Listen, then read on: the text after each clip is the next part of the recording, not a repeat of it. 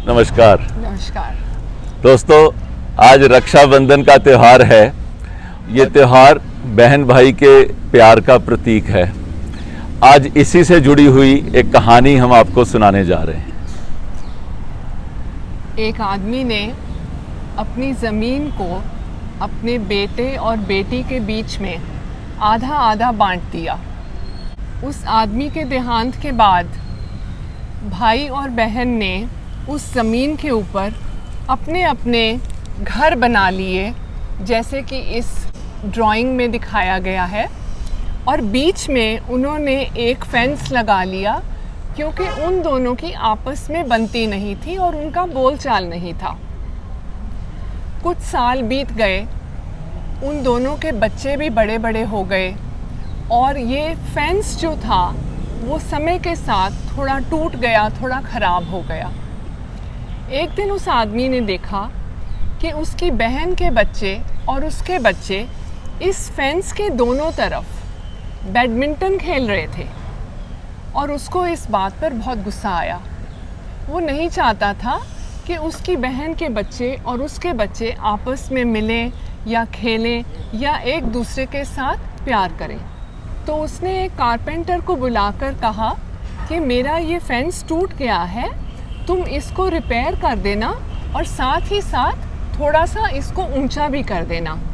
तो ऐसा कहकर वो आदमी गांव से शहर की ओर चला गया, ये कहकर कि तुम इस काम को कर लो और मैं शाम तक पेंट लेकर लौटूंगा, फिर तुम इस फेंस को पेंट कर देना।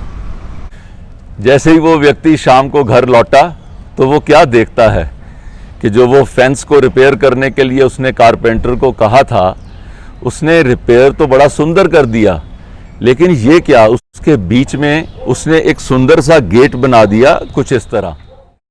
अब वो गेट में से दोनों तरफ से बच्चे जो भागकर एक दूसरे के साथ खेल रहे थे और खेलते खेलते वो मामू के पास आ गए और उन्होंने आकर कहा कि मामू, ये तो आपने बहुत अच्छा कर दिया, आपने तो हमारे को इकट्ठा कर दिया, हम तो सब बड़े मजे कर रहे हैं। ये आपने आज रक्षाबंधन की सबसे बढ़िया गिफ्ट आज आपने हमको दी है।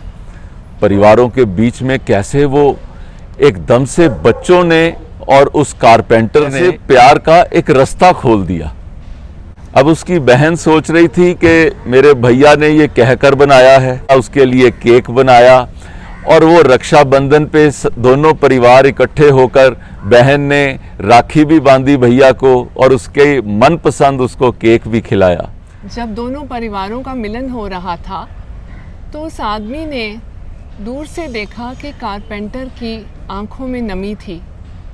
उसने उसके नज़दीक जाकर पूछा, मैंने तो तुम्हें सिर्फ फेंस को रिपेयर करने को बोला था, और आगे के शब्द वो कह नहीं पाया और उसने कहा कि तुमने गेट खोल दिया।